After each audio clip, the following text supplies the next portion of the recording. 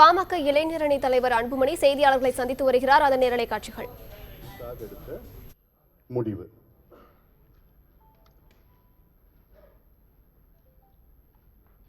இந்த முடிவுக்கு பிறகு அதிமுகவிடம் நாடாளுமன்ற தேர்தல் சம்பந்தமாக ஒப்பந்தம் போட்டிருக்கின்றோம். அந்த ஒப்பந்தம் போடுவதற்கு முன்பாக தமிழ்நாட்டை சார்ந்த நாடாளுமன்ற தேர்தல் சம்பந்தமாக ஒப்பந்தம் போட்டிருக்கின்றோம். அந்த ஒப்பந்தம் போடுவதற்கு முன்பாக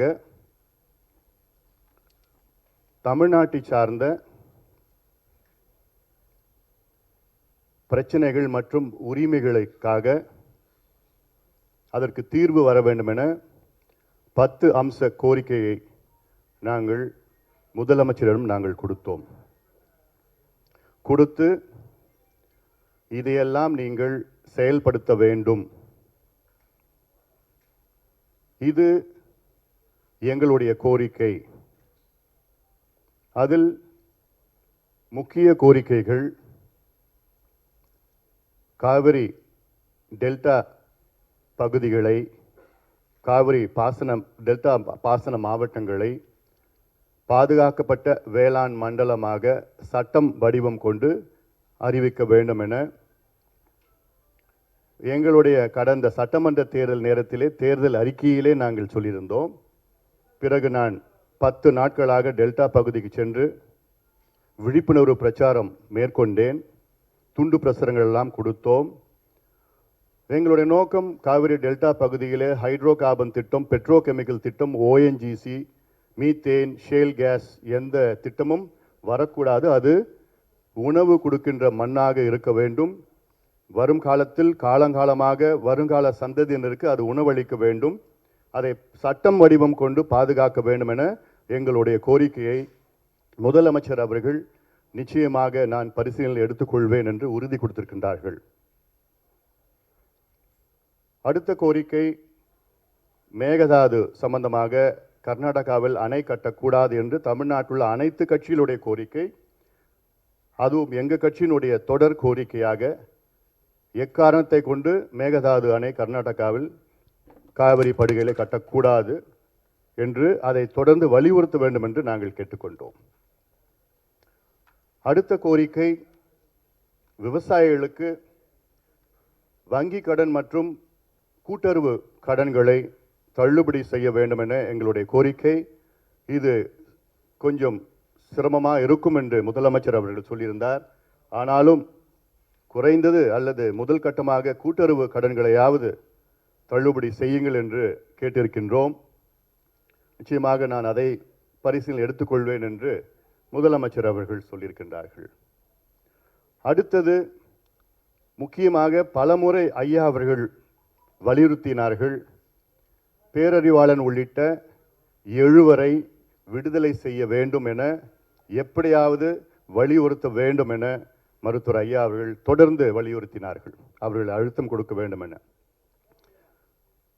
உறுதியாக இங்கு அதிமுக அரசு அதில் நாங்கள் உறுதியாக இருக்கின்றோம் என்று அவர்களும் தெளிவுபடுத்தியிருக்கின்றார்கள்.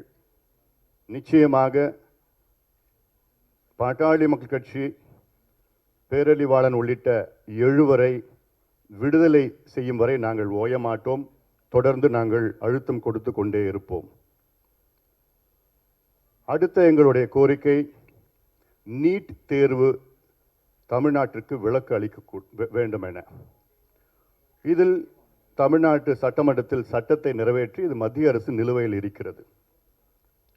இதை உறுதியாக பாஜகவிடம் நாங்கள் வலியுறுத்தி தமிழ்நாட்டிலிருந்து நீட் தேர்வுக்கு விலக்கு அளிக்கின்ற வகையிலே தொடர் நாங்கள் அழுத்தம் கொடுப்போம். அடுத்தது நீர் பாசன திட்டங்களை நிறைவேற்ற வேண்டும். அதில் குறிப்பாக கோதாவரி காவிரி இணைப்பு திட்டத்தை நிறைவேற்ற வேண்டும் என எங்களுடைய கோரிக்கை அது இல்லாமல் நிலுவையில் உள்ள தமிழ்நாட்டில் 20 நீர்ப்பாசன திட்டங்கள் இருக்கிறது. அதில் குறிப்பிட்ட வகையில் அத்திக்கடவு அவிநாசி திட்டத்திற்கு ஓரளவுக்கு நிதி இருக்கின்றார்கள். அது இல்லாமல் காவிரி குண்டார் திட்டம், தாமிரபரணி நம்பியார் கோரையார் பச்சையார் எலும்புச்சையார் இணைக்கின்ற திட்டம், 59வது கால்வாய் திட்டம், மேட்டூர் உபரிநீர் திட்டம், எண்ணேகோல் புதூர் தும்பலி திட்டம், படேதலா திட்டம், நந்தன் கால்வாய் திட்டம், இப்படி பாலார் தென்பெண்ணையார் இணைக்கின்ற திட்டம், இப்படி தமிழ்நாட்டில் 20 திட்டங்கள் நிலுவையில் இருக்கிறது.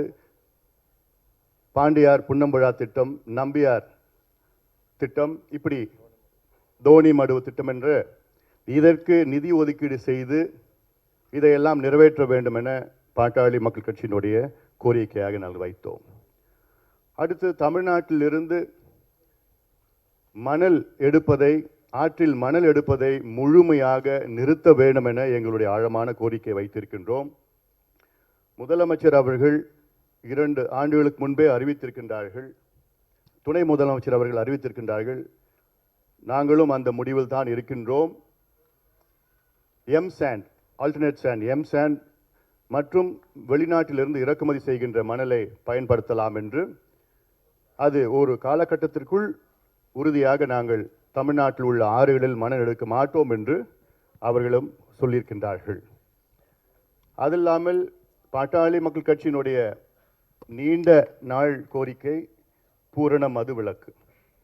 இதை உங்களுக்கு நன்றாக தெரியும் ஊடக நண்பர்களுக்கு. எங்களுடைய மருத்துவர் ஐயா 37 ஆண்டு காலமாக இதற்காக போராடி பாடுபட்டு நீதிமன்றம் சென்றெல்லாம் நாங்கள் கடைகளை நாங்கள் மூடியிருக்கின்றோம். தமிழ்நாட்டில் இன்று அனைத்து கட்சிகளும் பூரண மதுவிலக்கை கொண்டு வருவோம் என்று கொள்கை முடிவு எடுத்திருக்கின்றார்கள். இதற்கு முன்பு அதை பற்றி பேசாத கட்சிகளும் கொள்கை முடிவு எடுத்திருக்கின்ற காரணமே நாங்கள் தான். பாட்டாளி மக்கள் கட்சி தொடர்ந்து வலியுறுத்தி காரணத்தால் தான் இன்று தமிழ்நாட்டில் உள்ள அனைத்து கட்சிகளும் எடுத்திருக்கின்றார்கள். சட்டமன்ற தேர்தலுக்கு முன்பு ஜெயலலிதா அவர்கள் நாங்களும் பூரண மதுவிலக்கு கொள்கையை ஏற்றுக்கொள்கின்றோம், ஆனால் அதை படிப்படியாக கொண்டு வருவோம் என்று தேர்தலுக்கு முன்பு 500 கடைகளும் தேர்தலுக்கு பிறகு 500 கடைகளும் மூடியிருக்கின்றார்கள். இப்பொழுது நாங்கள் வலியுறுத்தி 500 கடைகளை மூட வேண்டும் என்று வலியுறுத்தி இன்னும் 1 அல்லது 2 ஆண்டு காலத்திற்குள் தமிழ்நாட்டில் பூரண மதுவிலக்கை கொண்டு வருவோம் வேண்டும் என நாங்கள் வலியுறுத்தியிருக்கின்றோம். நிச்சயமாக தொடர்ந்து நாங்கள் வலியுறுத்துவோம். அடுத்தது அரசு ஊழியர்களுக்கு 2003 இருக்கின்ற பழைய ஓய்வூதியத்தை அதை நடைமுறைப்படுத்த வேண்டும் என நாங்கள் அதை ஒரு கோரிக்கையாக வைத்திருக்கின்றோம். அது மட்டுமல்ல, 7வது ஊதிய குழு பரிந்துரையை நிறைவேற்ற வேண்டும் என, அது கொஞ்சம் சிரமமாக இருக்கும் என்று சொன்னார்கள். ஆனாலும் முதல் கட்டமாக அரசு ஊழியர்களை ஆசிரியர்களையும் பேச்சுவார்த்தைக்கு அழைத்து அவர்களை பேசுங்கள் என்று பேசி பிறகு என்னென்ன முடியுமோ அதையெல்லாம் நிச்சயமாக நீங்கள் செய்ய வேண்டும் என்று நாங்கள் கோரிக்கையாக வைத்திருக்கின்றோம். இப்படி தமிழ்நாட்டின் நலன் கருதி தமிழ்நாட்டின் சார்ந்த கோரிக்கைகளை பாட்டாளி மக்கள் கட்சி வைத்திருக்கிறது. இதுதான் முக்கிய காரணம். நாங்கள் அதிமுகவுடன் கூட்டணிக்கு சென்ற முக்கிய காரணம் எப்படி என்றால்,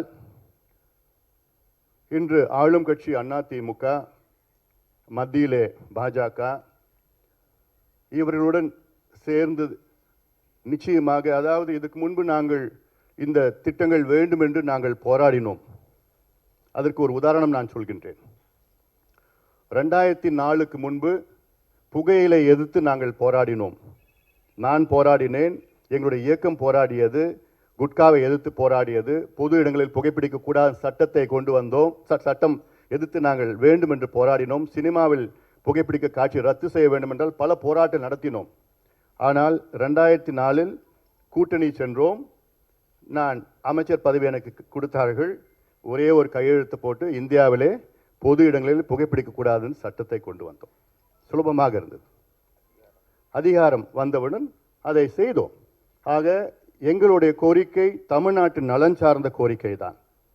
அதனால்தான் இங்கே ஆளும் கட்சி அதிமுகவுடன் சென்றால் நிச்சயமாக இந்த 10 கோரிக்கைகளை, இது தமிழ்நாட்டை சார்ந்த கோரிக்கை, இதை உறுதியாக எங்களால் நிறைவேற்ற முடியும். உரிமைகளை மீட்டெடுக்க முடியும் என்ற நோக்கத்தில்தான் அதிமுகவுடன் நாங்கள் கூட்டணிக்கு நாங்கள் சென்றிருக்கின்றோம். அடுத்தது, ஏன் கூட்டணிக்கு சென்றீர்கள் என்று கேட்பீர்கள். ஆம், நாங்கள் சொன்னது உண்மைதானே. நீங்கள் கேட்குற கேள்வியெல்லாம் கேட்க போறீங்க. அந்த கேள்விகளில் நான் மறுக்க போகிறது கிடையாது. இப்போ நான் சொல்லிட்டேன். நாங்கள் சொன்னோம் 2011 நாங்கள் இந்த இரு கட்சிகளுடன் கூட்டணி செல்ல மாட்டோம் என்று நாங்கள் சொன்னோம். உண்மைதான், நான் மறுக்கல. அன்றைய சூழல் வேறு. அன்றைய சூழலில் கலைஞர் அவர்கள் இருந்தார், ஜெயலலிதா அம்மையார் இருந்தார்கள். இன்று வேறு சூழல் இருக்கிறது. இன்று இரு தலைவர்களும் கிடையாது. அதைவிட மிக முக்கியமானது, இன்று தமிழ்நாட்டின் உரிமைகள் மீட்கப்பட வேண்டும். அதுதான் எங்களுடைய நோக்கமாக நான் பார்த்தேன்.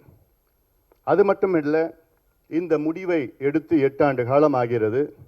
இந்த முடிவு நாங்கள் எடுத்திருக்கின்றோம் என்று எங்களுடைய கூட்டணி நண்பர்களாக ஊடகம் நீங்கள் ஏதாவது ஒரு அங்கீகாரம் இங்கு கொடுத்தீங்களா? 8 ஆண்டு காலம் இவர்கள் சொன்னதை கடைபிடித்திருக்கின்றார்கள் என்று ஏதாவது ஒரு சிறிய பாராட்டு. விமர்சனம் செய்யுங்கள், தவறு செய்தால் விமர்சனம் செய்யுங்கள். இல்லை, நான் அமைதியாக கேளுங்க. நான் உங்ககிட்ட நான் கேட்குறேன், முடிச்சதுக்கப்புறம் நீ என்ன சொல்லு. விமர்சனம் செய்யுங்கள், தப்பே கிடையாது. ஆனால் ஒரே பக்கம் விமர்சனம் எங்கள் மீது மட்டும்தான் ஏன் என்று நான் கேட்கின்றேன். அதனால் இப்படி ஒரு முடிவெடுத்திருக்கின்றோம். அது மட்டுமில்லை, கடந்த சட்டமன்ற தேர்தல் தனியாக போட்டியிட்டோம். இந்த இரு கட்சிகளை எதிர்த்து நாங்கள் போட்டியிட்டோம். 6 விழுக்காடு வாக்குகளை பெற்றோம். 3வது இடம் வந்தோம். ஆனால் அதற்கு ஏதாவது ஒரு அங்கீகாரம் எங்களுக்கு கிடைத்ததா? அல்லது உங்களுடைய தொலைக்காட்சி விவாதங்கள் ஏதாவது ஒரு முறை யாராவது சொன்னீர்களா?